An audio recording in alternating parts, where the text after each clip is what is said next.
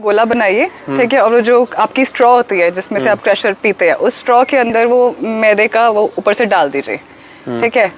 1-2 दिन के अंदर वो एक तो जाम हो जाएगा और उसमें फंगस लग जाएगी, बैक्टीरिया लग जाएगा। अब जस्ट इमेजिन योर इंटेस्टाइन, जो हमारी आंत है, ठीक है, बेसिकली जहाँ से डाइजेशन की एब्जॉर्प्शन हमारी बॉडी की होती है, वो ऐसे है विद रूट्स, राइट। जब हम ये सब चीजें खाते हैं, आप ये सोचिए कि जब आप मैदा, जंक, इवन व्हीट, आपने घर में देखा लेडीज जब आटा गूंथती है, आटा हाथ में चिपकता है, हाथ में चिपक जाता है, ठीक है। कभी आपने बेसन का आटा या सिंघाड़े का आटा, ज्वार का आटा कभी किया है? वो हाथ में चिपकता नहीं है, वो नहीं चिपकता, ठीक है। तो आटा जब हमारे हाथ में चिपकता है, जिसको लेडीज ऐसे क्रोधती हैं, ऐसे निकालती हैं आटा गूंदने के बाद, तो कभी इमेजिन करिए जब हमारी आंत में वो आटा चिपकता है, तो उसको आंत से कौन बाहर निकालता है?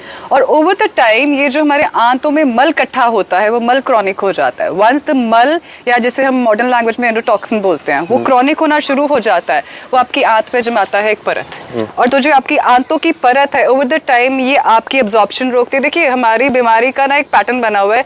सबसे पहले आपका डाइजेशन डिस्टर्ब होता है, डाइजेशन डिस्टर्ब होने की वजह से आपका अब्जॉर्प्शन डिस्टर्ब होता है, अब्जॉर्प्शन डिस्टर्ब होएगा, न्यूट्रिशन डिस्टर्ब होएगा, मेटाबॉलिज्म डिस्टर्ब होएगा, हार्मोन्स की सिक्रीशन डिस्टर्ब होएगी, करते करते इम्यूनिटी गिरी और बंदा बीमार।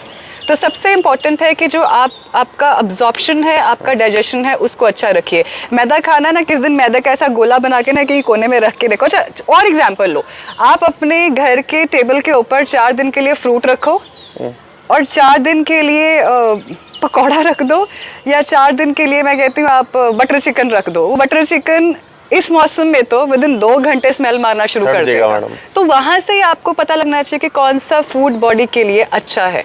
हेल्थ, जो हमारा न्यूट्रिशन का लॉ है, वो ये कहता है, लॉ ऑफ न्यूट्रिशन सेज कि भगवान ने या नेचर ने जिस फॉर्म में, नेचुरल फॉर्म में हमें फूड दिया है, चाहे वो फल दिया है, चाहे वो फ्रूट दिया है, उसको या वेजिटेबल्स दिया, उसको उसी फॉर्म में खाना इज एक्चुअली न्यूट्रिशन। जब हम प्याज टमाटर को भी तड़का लगा देते हैं ना, कि चलो पुलाव में तड़का लगा के खाए, तो उस प्याज टमाटर की जो एक्चुअल वैल्यू है, न्यूट्रिशनल वैल्यू, हम उसे खत्म करते हैं। मतलब तो एक वीडियो मैंने भी ये बनाया।